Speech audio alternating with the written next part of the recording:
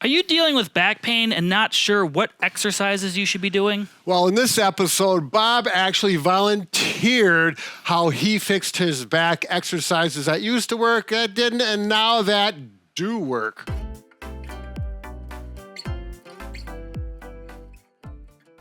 I'm Brad. I'm Mike, and behind the scenes we have Bob, and together we are the most famous physical therapy team on the internet. In our opinion, of course, Mike. And if you're new to our channel, like this video, make sure to subscribe after. Anyway, we first want to talk about 3 exercises Bob used to do. Some of them he still does, some of them he doesn't, and we'll explain why. Now, the one that Bob doesn't do anymore might actually work for you. It kind of depends upon your back pain issues. That's right. Actually, I have a similar scenario in my case. So, go ahead. The first one that Bob used to do that used to help his back pain, I'm just saying used a lot, is back extensions. So normally for this exercise, it helps with things like herniated discs. What you want to do is go flat on your stomach and then push up. Some people may only be able to go this far before they're getting some pain radiating down their leg, and that's all they do. And you just kind of do some press-ups like this. If this becomes easy, people can eventually progress and try to get to a full extension, keeping my pelvis on the mats. You don't want it to lift up. This can be very beneficial for some people, and it actually alleviates their pain, but it was not helping Bob anymore. Right, it did at one time. Not that it's about me, but I used to do this one on a regular basis 20 years ago. Doesn't help me. Actually, it bothers me. I have a theory that the older people, you get into your 50s or 60s and 70s, probably not going to do this one as much overall. So the next stretch that Bob used to do, and still does to a point... What do you think, Bob? Do you agree with that? Bob concurs. He's with us on the video right here, so I want to make sure we get his confirmation. The next stretch Sorry to interrupt. Bob did, and still does to a point, is actually stretching his hip flexors. Now, Brad, what the heck do hip flexors have to do with your back? Good point. The hip flexors are here. They help pull your hip up, but when your leg is straight and you're standing, if they're tight, they can... Why don't you show what a tight hip flexor does? You can actually pull your pelvis down, shifting it anteriorly, so we have a model here to show. Right. And then you notice if I want to get up straight, I'm going to have to really extend my back, and now my butt's jutting out, my back is arched, and this is very uncomfortable. Right, so we need to stretch those hip flexors to get the back into a neutral, comfortable position. So there's many ways to stretch your hip flexors. Most people that have back pain, the best way to do it is on the end of a bed or firm surface.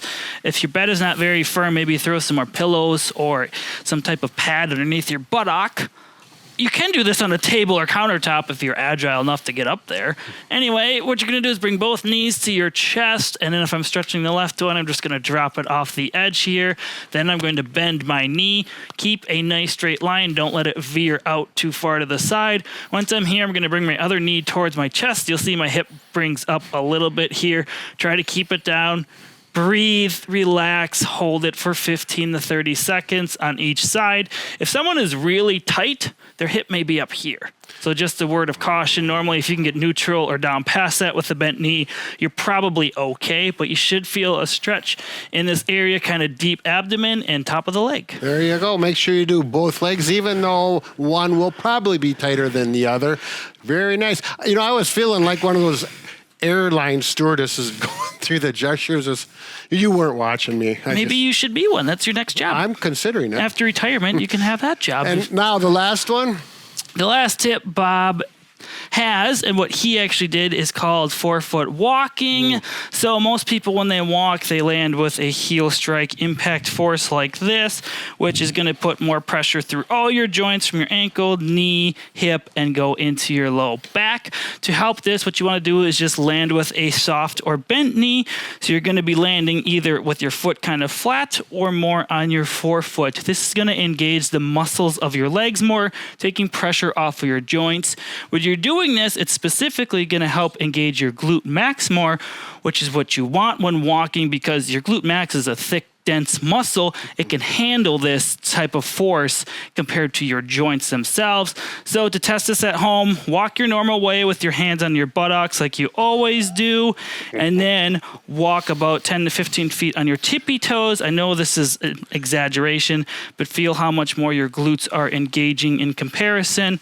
So just take it easy, take it slow at home, and you're going to have to do this barefoot or socks or slippers because most shoes have elevated heels nowadays, which isn't going to help because you're still going to want to impact force like that. Yeah, did you mention to do it on a hard floor versus a carpeted floor that you get a better feel for that? You could go outside if you really want, but if you step on a rock, it's not going to feel very good. Bob used to do that, but the neighborhood started to complain.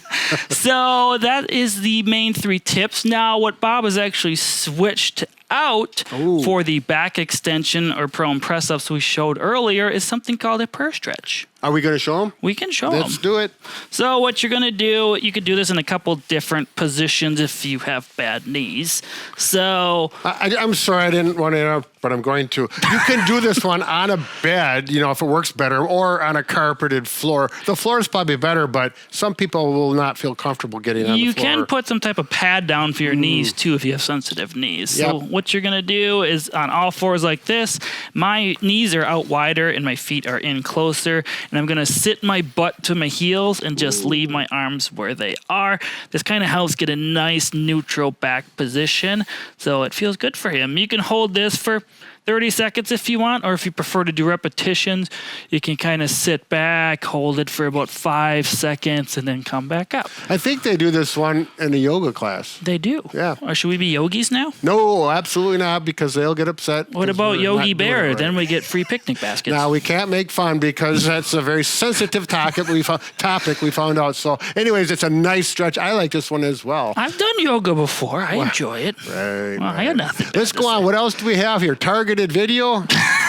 If you want to check out more stretches or issues for your back pain, you can click the video link on the screen. Yeah, absolute best 10 stretches for back pain and perfect posture. Bob and Brad.